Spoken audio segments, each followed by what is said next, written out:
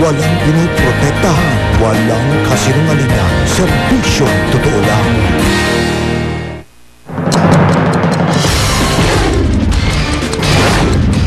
Kahit may sakit, Senador Miriam Santiago, inundirya ang umano'y sabwata ng DILG at PNP, kaya hindi raw masupil-supil ang weteng. Mahal na mahal nila dahil may kita sila sa weteng. Matapos madawit sa weteng payola at bakasuhan, kaugnay ng bus hostage tragedy, DILG Yusek Rico Puno, handa raw magbitiw sa pwesto. Kasunod ng nabunyag na listahan ng mga umano'y wedding lords, Archbishop Emeritus Oscar Cruz, nangangamba raw para sa kanyang buhay. Pangulong Aquino, tiniyak na magtitipid sa kanyang biyahe sa Amerika. Ang tinanghalian nga, pizza lang. Pero Malacanang, inaming umupa ng PR firm para sa biyahe ng Pangulo. Councilor ng Lanao del Sur, inarang sa NAIA matapos mahulihan ng 13 stick ng marijuana. Exclusive, operasyon ng akyat bahay sa Mandaluyong. Kuhang-kuha sa CCTV. Ang kwentong kasalan ni Robin Padilla at Mariel Rodriguez sa India. At Charis, kumataw sa Season 2 premiere ng TV musical na Glee sa Amerika.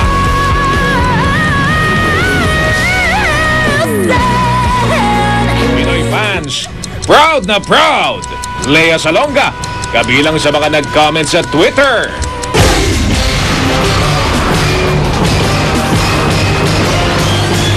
Mula sa GMA Network Center, narito si Mel Bianco, Mike Enriquez.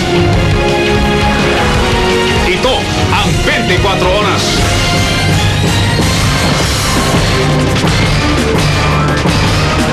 Magandang gabi po, nadagdagan pa ang mga pangalan na isinasangkot sa weteng. Ngayon, derechahan ang iniugnay ni Senadora Miriam Defensor Santiago ang umano'y sabwatan ng Department of Interior and Local Government at ng Philippine National Police bilang dahilan kung bakit hindi mapatigil ang weteng. Pati ang mga umano'y kumukubrang mga opisyal at mga big-time wetting operator ay ibinunyag ng Senadora. Mula sa Senado, nakatutok live si Ruth Cabal. Ruth? Mel, Mike, nakasiklib si Senator Miriam Defensor Santiago pero nagpakita siya sa Senado ngayon para maghatid ng isang pasabog na privilege speech tungkol sa weteng. Will extend to me the similar privilege. Simula pa lang, bumirada na si Senator Miriam Defensor Santiago sa kanyang speech na pinamagatang DILG plus PNP equals weteng. Pinuntirya ng Senadora ang umano'y sabwatan ng DILG Secretary at ng PNP Chief para patuloy na mamayagpag ang weteng. Katunayan, sa 30 bilyong pisong kita raw sa weteng kada taon, 1% o 300 million pesos daw ang pinaghahatian ng DILG Secretary at ng PNP Chief. If the interior, ang ambisyon pala ng lahat ng kabataan sa ating mga eskwela, mali. Dapat mag-ambisyon pala sila na mag-PNP Chief o kaya mag-DILG Secretary. Sa ganyan, wala silang ginagawa, wala silang dunong, wala silang alam. Katangahan lang ang alam nila. Pero, tumpak, bawat taon, meron silang 150 million. Yun ang kinita ng mga DILG Secretary at mga PNP Chief natin. Thus, every year, dinawit rin ni Santiago sa weteng sila dating PNP Chief Jesus Versosa, dating Secretary Ronaldo Puno at DILG Undersecretary ngayon na si Rico Puno. Tinanggi na ni Versosa at Yusek Puno ang alegasyon at patuloy naman namin kinokontak si dating DILG Secretary Puno para sa kanyang reaksyon. Representing the police, the former PNP Chief Jesus Versosa, ayan. Wow! His heart throbs with love and desire for his former boss, Ronaldo Puno, the DILG Secretary. And today, Rico E. Puno, the DILG Undersecretary. Ano ba naman ang swerte ko sa buhay ko? Maliban sa sunod-sunod sakit ko, sunod-sunod pa ang mga puno sa buhay ko. Yan, mahal na mahal niya. In a corrupt situation, all that is necessary is for the Interior Secretary and the PNP Chief to gaze into each other's eyes and they fall in love instantly. If you look more closely, you will see there are peso signs in their eyes. Diretsa ring pinangalanan ni Santiago ang pinakamalaki umanong mga weteng operator sa Luzon. Si Bong Pineda raw ang nangunguna na umaabot sa 35 billion pesos ang kita araw-araw. Atong ang 15 billion pesos. Tony Santos 5.5 million pesos. Aging Lisan 3.2 million pesos at Danny Soriano 1.4 million pesos. Sa pinakitang chart ng senadora ng mga weteng operator daw, andun din ang pangalang Governor Singson, Bonito Singson at Congressman Singson mula sa Region 1. Sa national level, bukod sa DILG Secretary, PNP Chief at CIDG Chief, kaparte rin daw sa weteng money ang mga opisyal ng PCSO, Games and Amusement Board, Intelligence Officer at maging media. Sa provincial at regional level, nakakaporsyento rin daw ang governor, vice governor at sangguniang panglunsod, ang PNP at NBI provincial director at PNP regional director. Sa municipal level, nakakakuha raw ng parte sa kita sa weteng ang mayor, vice mayor at miyembro ng sangguniang bayan, ang congressman at ang local chief of police. Sino kaya sa House of Representatives ngayon na nagsisesyon sila ang tumatanggap ng 2%? 1% to the local chief of police. Yan, di hati-hati sila. Lahat sila maligaya, maliban sa atin. Pero nilinaw ni Santiago, hindi niya personal na nasaksihan ang pagkakasangkot ng mga taong nabanggit niya sa weteng.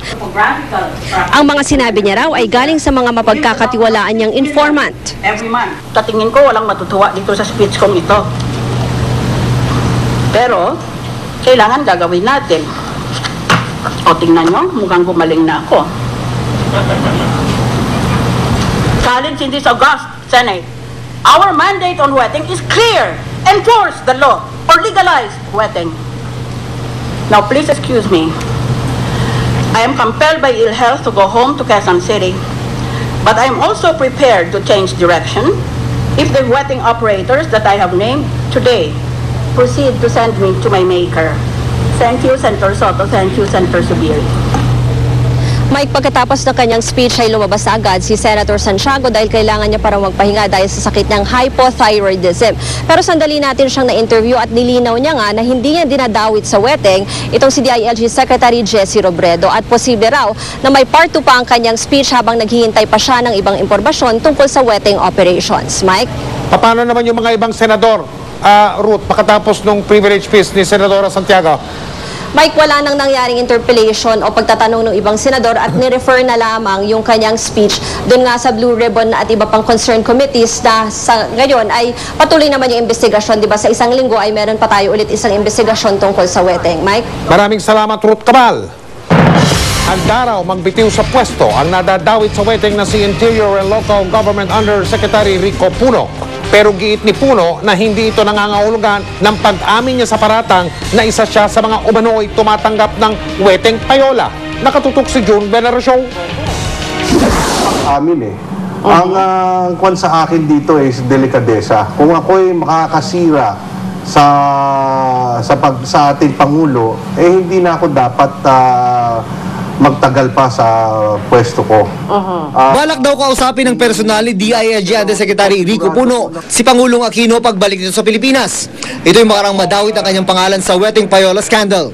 Napaulat kaninang umaga na magsusumite na ng courtesy resignation si Puno pag uwi ng Pangulo mula sa kanyang working visit sa Amerika.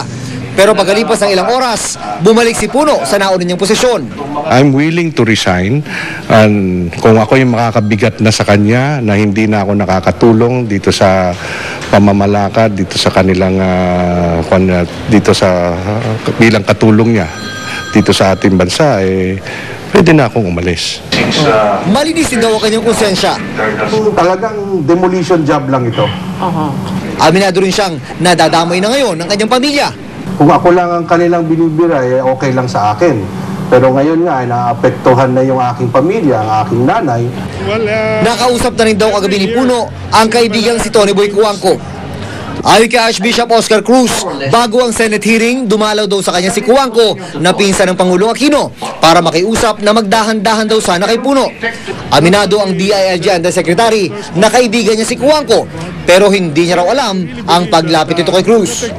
Medyo nainis siya dahil nga nasama yung pangalan niya dito na hindi naman dapat. Pero kung kahapon, Lilia Pineda lang ang pangalang naalala ni Puno, Ngayon, binabanggit na niya ang pangalan ng asawa ng gobernadora na si Bong Pineda. Ang kampo raw nito at 3 beses na lumapit sa kanya para raw makipag-set ng meeting. Minsan nang naipatawag sa kamera si Pineda, kaugnay din sa weteng. Itinanggi nito ang aligasyong operator siya ng weteng. Ang Philippine National Police naman, sinimulan daw i-validate ang listahang ibinigay ni Cruz. June Veneracion, Nakatutok, 24 Oras.